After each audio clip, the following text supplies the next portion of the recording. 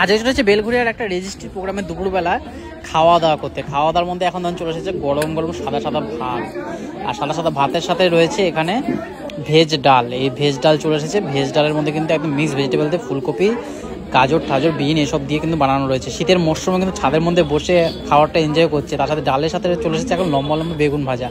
বেগুন ভাজাটা কিন্তু সত্যি খুব গরম, মানে হাত দেওয়া যাচ্ছে না, এতটাই গরম। কিন্তু লোভ আমি সামলাতে পারছি না। আমার কিন্তু এরকম ডাল ভাত খেতে খুব সুন্দর লাগে, আমি বাড়িতেও মাঝে মধ্যে খাই।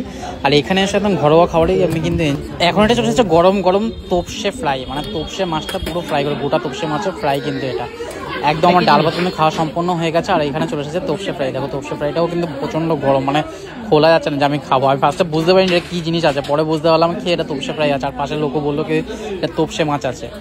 যাই হোক, তোপসে মাছটা এনজয় করতে করতে আবার চলে এসেছে, মানে একের পর এখন চলেই আসছে। এখন চলে এসেছে আবার একটা আমি ভেজ ডাল নিলাম, কারণ ভেজ ডালটা আমার সত্যি খুব দারুণ লাগে। আর মাছের সাথে তো আরও বেশি ভালো লাগে। আর ভাতটা কিন্তু শেষ হয়ে যাচ্ছে, সেই জন্য আমি একটু নিয়ে নিচ্ছি রাত থেকে সাদা রাইস।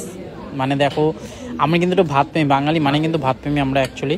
আর তার সাথে এখন চলে এসেছে ছেঁচড়া, মাছের মাথা দিয়ে কিন্তু এই ছেঁচড়াটা তৈরি করা হয়, হেবি সুন্দর। এটা পুঁই শাক বা পালং শাক দিয়ে অনেকে বানায়, এটা কিন্তু পুঁই শাক দিয়ে করা হয়েছে। পুঁই শাক ডাঁটা রয়েছে আর মাছের মাথাটা রয়েছে, আর আলু টালু দিয়ে একদম সুন্দরভাবে ঘরোয়াভাবে রান্না। কিন্তু এগুলো কিন্তু বেসিক্যালি প্রত্যেকটা বাঙালিরই ভালো লাগে। আর দুপুরে খাওয়ার মধ্যে তো সত্যি এগুলো একদমই খুবই ভালো লাগে খেতে। আমার তো দারুণ লাগলো খেতে, কিন্তু মাছের মাথা আমি সেরকম খাই না, সেই জন্য মাথাটা আমি সাইডে রেখে দিই।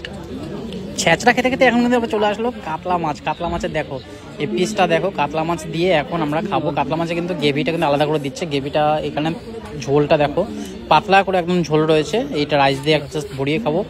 আর আমার কাতলা মাছই একটু বেশি ভালো লাগে। কাতলা মাছ, রুই মাছ, পমফ্রেট মাছ এগুলো আমার বেশি ভালো লাগে। আমার অত ছোটো ছোটো মাছগুলো খুব ভালো লাগে না, যেহেতু কাটা বেশি থাকে। কিন্তু এই মাছটা আমার সত্যি ভালো লাগে। আমি কিন্তু যখনই রোববারে বাড়িতে বাজার করি মাংসের সাথে কিন্তু এই মাছটাও নিয়ে আসি, যাতে খেতে পারি। ভাজা করে খাই, নাহলে ওই মাংসের ঝোলের মতো দিয়েই খাই।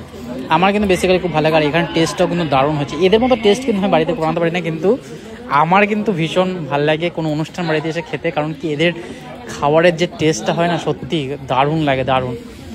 আর এখন দেখো চলে এসেছে গলদা চিংড়ি।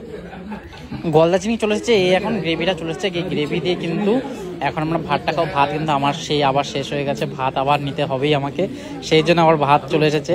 আমি কিন্তু ভাত প্রেমী, কিন্তু এখানে যেরকম আমি এক হাতা করেই কিন্তু ভাত নিচ্ছি, বেশি ভাত নিচ্ছি না। আর এই হচ্ছে গলদা চিংড়িটা সাইডে রাখলাম, আগে গ্রেভিটা দিয়ে একটু ভরিয়ে নিই ভাতটা। আমার একটু মাছে ভাতে বাঙালি যেরকম বলে সেরকম এখানে কিন্তু মাছের কিন্তু অনেক কটা আইটেম রয়েছে। অন্য যে প্রথম থেকে দেখো এখানে তোপসে ফ্রাই ছিল, তারপর ছিল কাতলা মাছ, আর এখানে রয়েছে গলদা চিংড়ি। আর গলদা চিংড়িটা কিন্তু সোজা রাখার জন্য এটা মাঝখানে একটা স্টিক ব্যবহার করা হয়েছে। সেই স্টিকটা কিন্তু এটা বের করে নেবো আমরা, কারণ কি নাহলে খেতে অসুবিধা হবে। ফার্স্টে আমি ওপর থেকে খোসাগুলো ছাড়িয়ে নিচ্ছি, তাদের খেতে সুবিধা হয়। স্টিকটা আমি বের করে নিচ্ছি, যে স্টিকটা বেরিয়ে গেল। আর ওপরে কিন্তু আমি এই ছালটাও বের করে নিচ্ছি। এবার কিন্তু মানে এই যে গলদা চিংড়ি মাংসটা রয়েছে পেছনের দিকে, সেই মাংসটা আমি খাবো। সামনে মাথাটা আমি অতটা খাই না, অনেকে কিন্তু মাথাটাও পছন্দ করে।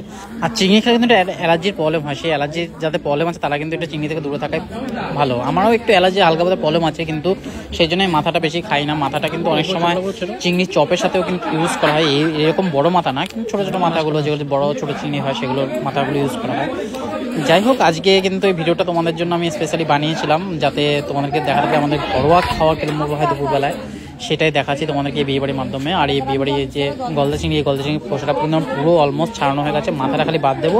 আর নিচের অংশ বডিটা আমি জাস্ট খাবো। তোমাদের যদি এই ভিডিওটা পছন্দ হয়ে থাকে তাহলে লাইক করো, শেয়ার করো, কমেন্ট করো। দেখা হবে এরকম একটা ভিডিওর সাথে। টাটা।